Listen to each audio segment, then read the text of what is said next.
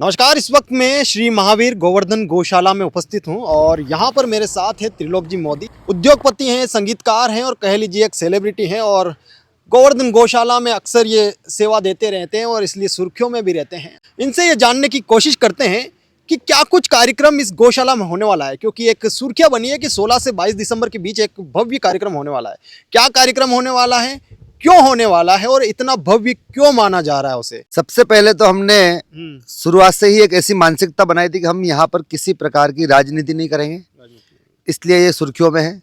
दूसरी बात ये है कि हमने ये पहले से ही मन बना लिया था कि किसी भी प्रकार का जातिवाद हम नहीं करेंगे। ठीक है।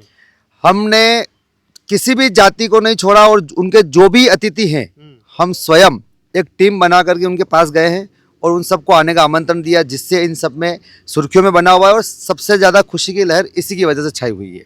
कितने दिन पहले से ये जो चर्चाएं होने लगी थी या फिर आपने जो प्लानिंग करी है, योजना बनाई, ये कब से दिमाग में था कि इस तरीके का कार्यक्रम करना है?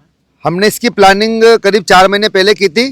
और 15-20 दिन तक हम हमारी जो 7-8 लोगों की जो टीम थी वो हम लोग प्लानिंग चल ही रही थी और करीबन 3 महीने पहले हम लोग मैदान में उतर चुके थे और पिछले 1 महीने से संपूर्ण रूप से उतर चुके हैं। चलिए अंदर चलते हैं, अंदर की तैयारियां देखते हैं। पहले थोड़ा सा बाहर का बताइए कि बाहर क्या तैयारियां हैं, जो लोग आने वाले हैं उनको यहाँ पर क्या कुछ सेवाएं मिलने वाली, किस तरीके की सुविधाएं मिलने वाली? चलिए बताइए। यहाँ पर हमारा एक कार्यालय बनेगा। चलिए बता दीजिए कहाँ बनने वाला कार्यक्रम? ये पीछे की साइड में। पीछे की साइड में? हाँ, कार्यालय बनने वाला। कार्यालय बनने के बाद यहाँ पर कोई भी आए हैं, किसी को कुछ पूछना है, कोई कंफ्यूजन है तो इस कार्यालय से पूरा यहाँ से मॉनिटरिंग होगी उसकी। चलिए ठीक है। इसके पास में हॉस्पिटल बनने वाला है। हॉस्पिटल? हाँ। कोई बीमार हो जाता, किसी को चोट लग जाती है छोटी मोटी, यस यस, यहाँ हॉस्पिटल बनेगा। ठीक है। और इसके आगे जो है यहाँ पर एक अग्निशमन या कोई घटना घटित ना हो जाए, इसलिए यहाँ पर अग्निशमन की व्यवस्था यहाँ पर रहेगी।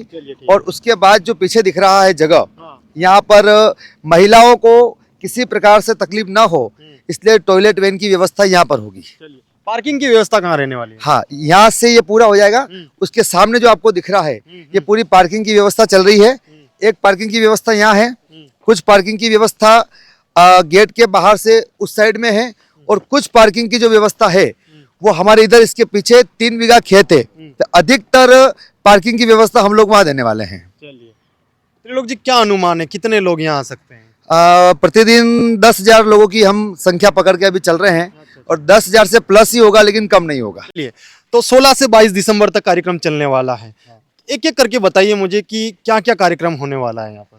जी, जैसे कि 16 तारीख का अपना प्रारंभ का दिन है, तो उस दिन कलश यात्रा होगी। कलश यात्रा? कलश यात्रा में कितने महिलाएं या कितने लोग इसका हिस्सा बनने वाले हैं, क्या अनुमान है आपका? कलश यात्रा में हमारे अभी 700 नाम महिलाओं के कलश तोड़ करके उठा करके सिर पर बड़े श्रृंगार के साथ, आनंद के साथ 700 नाम महिलाओं के आ चुके हैं। और दूसरी हम कलश यात्रा के लिए प्लानिंग कर रहे हैं, उस हिसाब से हमको लग रहा है कि 1500 की संख्या बारावरदा जानकी मंदिर से लेकर के यहाँ तक की 1500 की संख्या हो सकती है। चलिए, उस पांडाल में पहुंच चुके हैं। जो मुख्य आकर्षक है इस पांडाल के अंदर ही एक कार्यक्रम, जो भव्य कार्यक्रम 16 से 22 को होने वाला है, ये पांडाल क्यों लगाया गया उसके बारे में थोड़ी जानकारी दीजिए।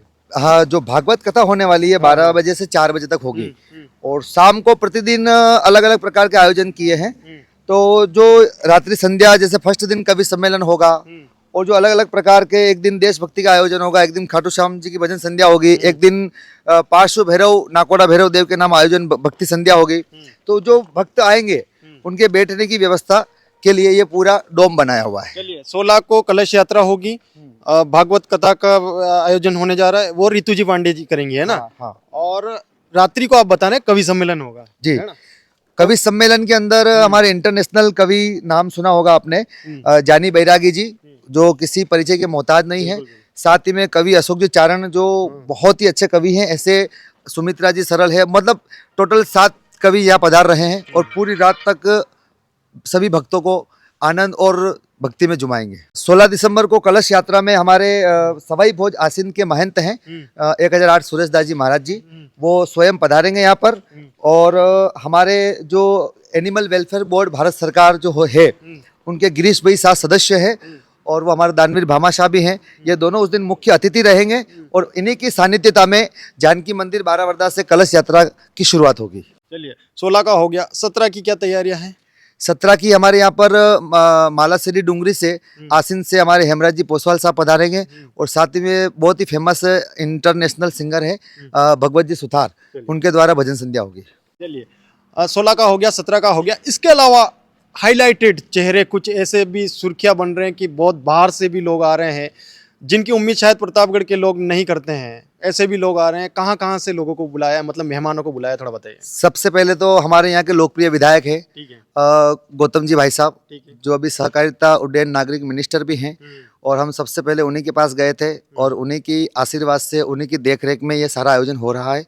गौतम जी भाई साहब भी 18 तारीख को स्वयं मुख्य अतिथि में पधार रहे हैं। 19 तारीख के दिन के लिए हम लोग एक यहाँ के जो हमारी टीम है कार्यकर्ताओं की, इनकी बड़ी अपेक्षा थी कि भाई साहब टी राजा सिंह जी को एक बार अपने इधर इलाके में बुलाया जाए।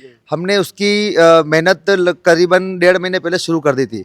किसी कारणवश से परमिशन और ये सारी चीज़ें नहीं मिल पा रही थी, लेकिन अभी हमारे 15 दिन पहले कंफर्मेशन आ चुका है कि 19 दिसंबर के दिन टी राजा सिंह जी, जो एक हिंदुत्व का बहुत बड़ा चेहरा है, वो स्वयं 3 बजे इसी बारावरदा गौशाला में पधारने वाले हैं। बाहर से मेहमान आ रहे हैं और बड़ी बड़ी सेलिब्रिटीज को आपने आमंत्रित किया है। सुरक्षा का एक बड़ा मुद्दा है, कोई अनहोनी ना हो, प्रशासन की जरूरत पड़ेगी, क्या कुछ तैयारी आप लोगों ने करी है? देखिए, हमने पिछले 15 दिन पहले प्रशासन को इसका अवगत कराया था। आपको जान के खुशी होगी, हम कई बार कहते हैं कि पुलिस ऐसी है, पुलिस वैसी है, पुलिस सुनती नहीं है, पुलिस ऐसी है। मुझे ऐसा महसूस नहीं हुआ। मैं आपको गर्व से कह रहा हूँ, डंके की चोट पे कह रहा हूँ, 15 दिन पहले जब हमने प्रशासन को कहा तो आप यकीन नहीं करेंगे, पुलिस प्रशासन और सारा प्रशासन 3 बार यहाँ आकर के मौका मुआयना निरीक्षण करके गए हैं। हमें उनकी ओर से इस प्रकार लग रहा है कि हमें यहाँ कानून व्यवस्था में किसी प्रकार की दिक्कत नहीं आएगी। अभी भी आप देख सकते हैं कि उधर पुलिसकर्मी अपना काम कर रहे हैं और पूरी व्यवस्था का जायजा ले रहे हैं, ताकि आने वाले किसी भी चीफ गेस्ट को या गो भक्त को या कथा सुनने वाले भक्त को किसी प्रकार की तकलीफ ना आए। आप दूर से देख सकते हैं, यहाँ पर भी एक डिप्टी साहब गोपाल जी, वो स्वयं, और हमारे धमोतर थाना पुलिस अधिकारी महोदय नरेंद्र सिंह जी पूरा वॉच कर रहे हैं। तो हम बहुत उनसे संतुष्ट हैं और बहुत अच्छा काम कर रहे हैं। बड़ा आयोजन होने वाला है, 7 दिवसीय आयोजन, जिम्मेदारी बड़ी है, क्या तैयारी है? पुलिस की तरफ से पिछले 4-5 दिन से ही सारा मूल्यांकन किया जा रहा है, असेसमेंट किया जा रहा है कि कहाँ पे कितना फोर्स डिप्लॉय करना चाहिए, कहाँ पार्किंग होगी, पार्किंग की एंट्रेंस कहाँ से होगी, पार्किंग की निकासी कहाँ से होगी, और जहाँ से एंट्रेंस करना है, जहाँ से एग्जिट करना है, वहाँ के लिए इन गौशाला वाले प्रबंधक मंडल को कहने पे इन्होंने साफ सफाई करा के पार्किंग की भी अच्छी व्यवस्था कराई है। और हाईवे रोड है, निकलता है, उस हाईवे रोड पे भी रोड को बैरिकेड्स करना पड़ेगा। उसके लिए भी हम 3 जगह बैरिकेड्स करेंगे। और पार्किंग में भी हर जगह पार्किंग में, पार्किंग करते समय और पार्किंग से वापस निकाल के जाते समय कोई जो कथा सुनने वाले आते हैं धर्मार्थी, उनको किसी प्रकार की परेशानी नहीं हो, सारी व्यवस्थाएं देखी जा रही है और अच्छी व्यवस्थाएं की जाएगी। जो महान काम आप कर रहे हैं, जो ट्रस्टी लोग या जो भी सहयोगी सब आप मिलकर, गौशाला चल रही है बारावरदा के अंदर, और एक बहुत ही अच्छी गौशाला मानी जाती है। उस गौशाला के अंदर हम प्रवेश करने वाले हैं। इस गौशाला को जो चल रही है, उसकी शुरुआत कैसे हुई थी, थोड़ा उसके बारे में बताइए। देखो, मैं इस गौशाला में काफ़ी लेट जुड़ा हूँ। मुझे यहाँ लाने वाले हमारे संरक्षक अरविंद जी वाया साहब है, छगन जी दग साहब है, और मोहन जी सेठिया जी हैं, और एक छगन लाल जी नागदा वाले मार साहब के नाम से पहचाने जाते हैं, वो हैं। बाकी जितने भी साथ में चल रहे हैं, ये सब यहाँ के सदस्य हैं। इस गौशाला की नींव इन्होंने ही रखी थी, यहीं के स्थानिक लोगों ने। फिर इन्होंने हम लोगों को इन्वॉल्व किया, और फिर धीरे धीरे ये भी साथ में ही है। पर कुछ कुछ प्रक्रिया ऐसी होती है जिसमें हमारा इन्वॉल्वमेंट ज़्यादा रहता है। पर कुछ कुछ विभाग ऐसे हैं जो आज भी, जो पुराने इस गौशाला की जिन्होंने नींव रखी, आप देख सकते हैं यहाँ पीछे जितने भी लोग हैं, हम सिर्फ ये अरविंद जी और हम 2 के सिवाय ये जितने भी लोग हैं, ये स्थानिक लोग हैं, और यही इसी को चला रहे हैं। चलिए, एक बड़ी जिम्मेदारी आ जाती है। मैंने सुना कि 1400 के लगभग गायें यहाँ पर है ना, कैसे देख रेख होती है, क्या देखभाल की जाती है, टाइम पर क्या इनको इलाज मिल पाता है, किस तरीके की सेवाएं आप लोग गायों तक पहुँचाते हैं? हमारे यहाँ प्रतिदिन 3 डॉक्टर फिक्स है इस गौशाला में। ठीक है। वो डेली सुबह 8 बजे से चेकअप शुरू करते हैं, और यहाँ पर प्रतिदिन किसी भी प्रकार की कुंडी में इनको शुक्ला खत्म नहीं होता। ये सबसे बड़ी विशेषता है। आप हमारे यहाँ पे गोडाउन देखेंगे, इस गोडाउन के अंदर जब हम शुक्ला स्टॉक करते हैं, इस बार भी हमने 99 लाख रुपए का शुक्ला स्टॉक किया था इस गौशाला में। यस, और वो शुक्ला, हमारी कल्पना ये थी कि 1 साल चलेगा, लेकिन गाय दिन प्रतिदिन बढ़ने की वजह से वो शुक्ला अभी हमारे पास 7 महीने में खत्म हो चुका है। और फिलहाल अभी हमारे इन सब का सहयोग इस प्रकार है, और हमारा अरविंद जी साथ में है, सभी साथ में है। हमारा मनोबल इतना मजबूत है कि अगर 1400 की जगह 2000 भी हो गई तो भी हम पीछे पड़ने वाले नहीं है। इतना पैसा कहाँ से आता है? इतनी सारी गौ माताएं जो हैं इनकी देख रेख करना आपके ऊपर बड़ी जिम्मेदारी है। कैसे प्रबंध होता है? कहाँ से डोनेशन आता है? क्या कुछ होता है? थोड़ा वो बताइए। देखिए, प्रतिदिन एक दिन का 55 से 60 हजार रुपये इस गौशाला का वर्तमान में खर्चा है, ठीक है ना।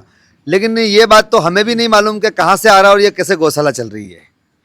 और ये मैं कह सकता हूँ कि हमारे सनातन धर्म में 33 करोड़ देवी देवता एक गाय के अंदर निवास बताया है। मैं ये मानता हूँ 33 करोड़ इंटू आप 1400 कर लीजिए, कितने देवी देवता हो गए। जब इतने सारे देवी देवता यहाँ विराजमान है तो हमें कोई चिंता फिक्र करने की जरूरत नहीं है। इनका काम ये पूरा कर ही देते हैं। इनके साथ साथ इनके आशीर्वाद से हमारे भी घर में धन धान्य से भरपूर भंडार चल रहे हैं, हमारे भी परिवार में सुख समृद्धि चल रही है। इसलिए जितना मामला बढ़ेगा, जब तक ये गौ माता चाहेगी, जब तक भगवान श्री राम कृष्ण भगवान जब तक चाहेंगे, महावीर स्वामी भगवान, तब तक इनकी सेवा ऐसे ही निरंतर बढ़ती रहेगी और बढ़ती रहेगी, कम होने का सवाल नहीं है। अच्छा, आप भी भजन गायक हैं जी, प्रसिद्ध इस क्षेत्र में हैं, तो आपका कार्यक्रम किस दिन रहने वाला है? क्या आप भी मंच से भजन सुनाएंगे लोगों को? देखिए अभी मेरा ऐसा कोई मन है नहीं, क्योंकि अगर लोग चाहें तो। नहीं, लोग चाहे तो बिल्कुल मैं गाऊंगा, लेकिन मुझे ऐसा लगता नहीं कि मुझे गाने का मौका मिलेगा। क्योंकि मैं चाहूंगा कि इस आयोजन को लेकर के मैं पिछले 10 दिन से मेरे पास इतने कॉल आ रहे हैं, और मेरी सबसे पहली प्राथमिकता ये रहेगी कि मैं किसी भी व्यक्ति को निराश ना करूं, और हर व्यक्ति को पहले उनको मौका मिल जाए, उसके बाद कहीं कुछ छोटा मोटा कोने में समय मिलेगा तो मैं जरूर गाने की कोशिश करूंगा। क्या तैयारियां साहब, कितने संतुष्ट हैं जो कार्यक्रम होने वाला है? हम 100% संतुष्ट है। हमारे बड़े भाई साहब त्रिलोक जी मोदी, गौशाला संरक्षक अरविंद जी भैया साहब, और ये बहुत ही अच्छा काम कर रहे हैं। इनके नेतृत्व में बहुत ही अच्छा काम हो रहा है, और सभी सदस्य गांव के गणमान्य नागरिक सब ने बहुत तन मन धन से काम कर रहे हैं, बहुत दिल लगा के काम कर रहे हैं। मैंने 2009 में इस गौशाला को मैंने हाथ में ली थी। उस टाइम पे 50 गौ माता थी, और उस 50 गौ माता के लिए खाने का शुक्ला नहीं था। जिस दिन मैंने हाथ में ली, मैंने आनंद फानंद में बहुत महंगा शुक्ला लगा के उनको उस दिन खिलाया, और एक भी गाय की उस दिन छाया नहीं थी। तो आज की तारीख में भगवान की दया से 1400 तो गौ माता है, और मैंने जिस दिन गौशाला हाथ में ली थी उस दिन 2 लाख माइनस में थी, और आज कम से कम 5 करोड़ की प्रॉपर्टी गौशाला की हो गई है। अच्छा, तो कहाँ से आता है डोनेशन? कुछ हिसाब किताब? हमारे गुरुदेव की कृपा है, हम आचार्य निपुण माता की कृपा है, और सब गौ माता का आशीर्वाद है। मेरे को भी ये मालूम नहीं पड़ी कि कहाँ से पैसा आ रहा है, कहाँ जा रहा है, पर अभी जरूर 1 करोड़ ऊपर माइनस चल रही है। सभी का सहयोग है, और सभी के सहयोग से ये गौशाला अच्छे तरीके से ये चला पा रहे हैं, और बहुत ही सेवा का काम कर रहे हैं। और उसके ऊपर से कथा का आयोजन करवाना, और उसके अंदर इतनी बड़ी जिम्मेदारी लेना, बाहर से सेलिब्रिटीज़ को बुलाना, बड़े बड़े नेताओं को यहाँ आमंत्रित करना, और उनकी सिक्योरिटी का ध्यान रखना, एक कहीं ना कहीं विशाल आयोजन होने जा रहा है, और इस सब का हिस्सा हमें बनना चाहिए, और इसका लाभ ज़रूर उठाना चाहिए। हमारे क्षेत्र में कहीं ना कहीं बहुत बड़ा कार्यक्रम है। तो 16 से 22 दिसंबर नोट करके रख लीजिए, 16 से 22 दिसंबर 12 वर्दा गौशाला के नाम कीजिए, और ज़रूर आइए, लाभ उठाइए। मैं हूं पंकज कुमार। बीच बीच में अगर कोई बड़ी अपडेट होगी गौशाला से जुड़ी हुई तो आप तक पहुंचाऊंगा। आप कहां से ये वीडियो देख रहे हैं कमेंट ज़रूर कीजिए। मेरे साथ कैमरामैन तरुण है। धन्यवाद।